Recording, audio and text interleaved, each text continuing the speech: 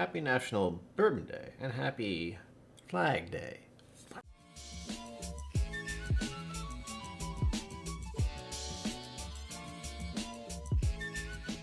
Greetings, my name is Brian. Welcome to KillCo Whiskey Musings.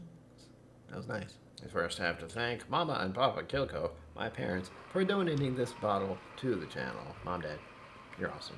You know that. I'm still not sure what to think of this whiskey because of where it's from. As you can tell, Lee, New Hampshire. I'm gonna go on top of this with the plastic. Thankfully, this has a tab. Let's see what happens. Ooh.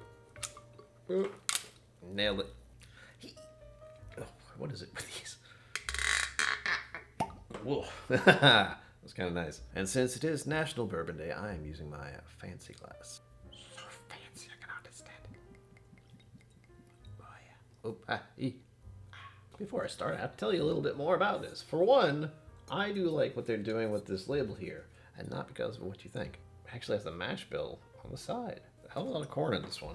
And the other side has the age, the barrel, and the char. And of course, we can't forget the front, 90 proof, batch number 1, 6 barrel batch. I don't know what that means. Bottled in 2021. Here's something interesting too. Better grain equals better whiskey. 4 years is usually a nice age for bourbons, but we're talking about New Hampshire, which is a slightly different climate than Kentucky. As you can tell by the color, it's a little lighter. We begin with the nose, and of course this is a very fancy glass, so I must do this just right. Oh yes. Oof, that is a potently sweet. There's a green note. Made me think of aloe or grass. Ugh, I was worried about this.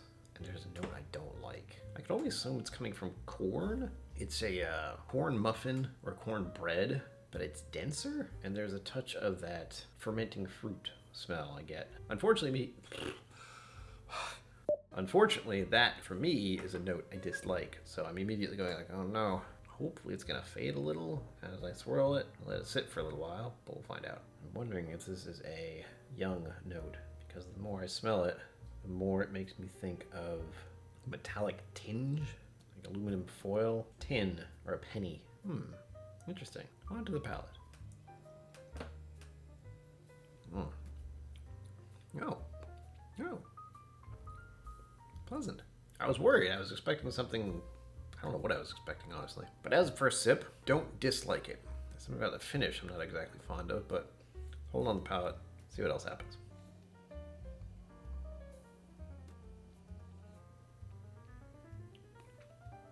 It's a little dry, very sweet. Corn forward.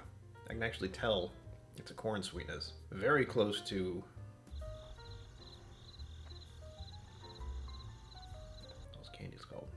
Borderline candy corn sweetness. Nothing's really that sweet other than candy corn. But it reminds me of it.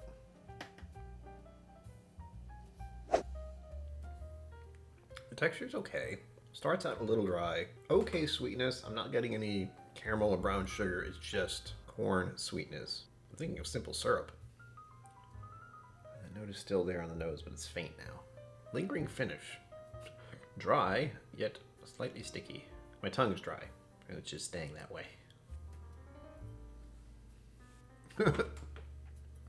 It's making me think of autumn, and weirdly enough, autumn in New Hampshire. I'm not making that up. That was weird. I've been to New Hampshire. Lovely place. Same with Vermont. I realized what it's making me think of. I have Cedar Ridge, some of their very earliest releases, and I did not like them. They were too young. There was something weird and tinny about them. It was Iowa, a very different place from Kentucky, and I think part of this is just it is not from Kentucky. It's not Kentucky bourbon, it's New Hampshire bourbon, so it's got its own thing. I feel like this could use a couple more years, maybe 7. I like the number 7, so 7 sounds great. But as a sipping bourbon, it's okay. I can see this being used in many cocktails, however. But sipping it's just fine. This is one of those you put in your glass, and I wouldn't recommend adding ice because that would really water it down. It is growing on me though.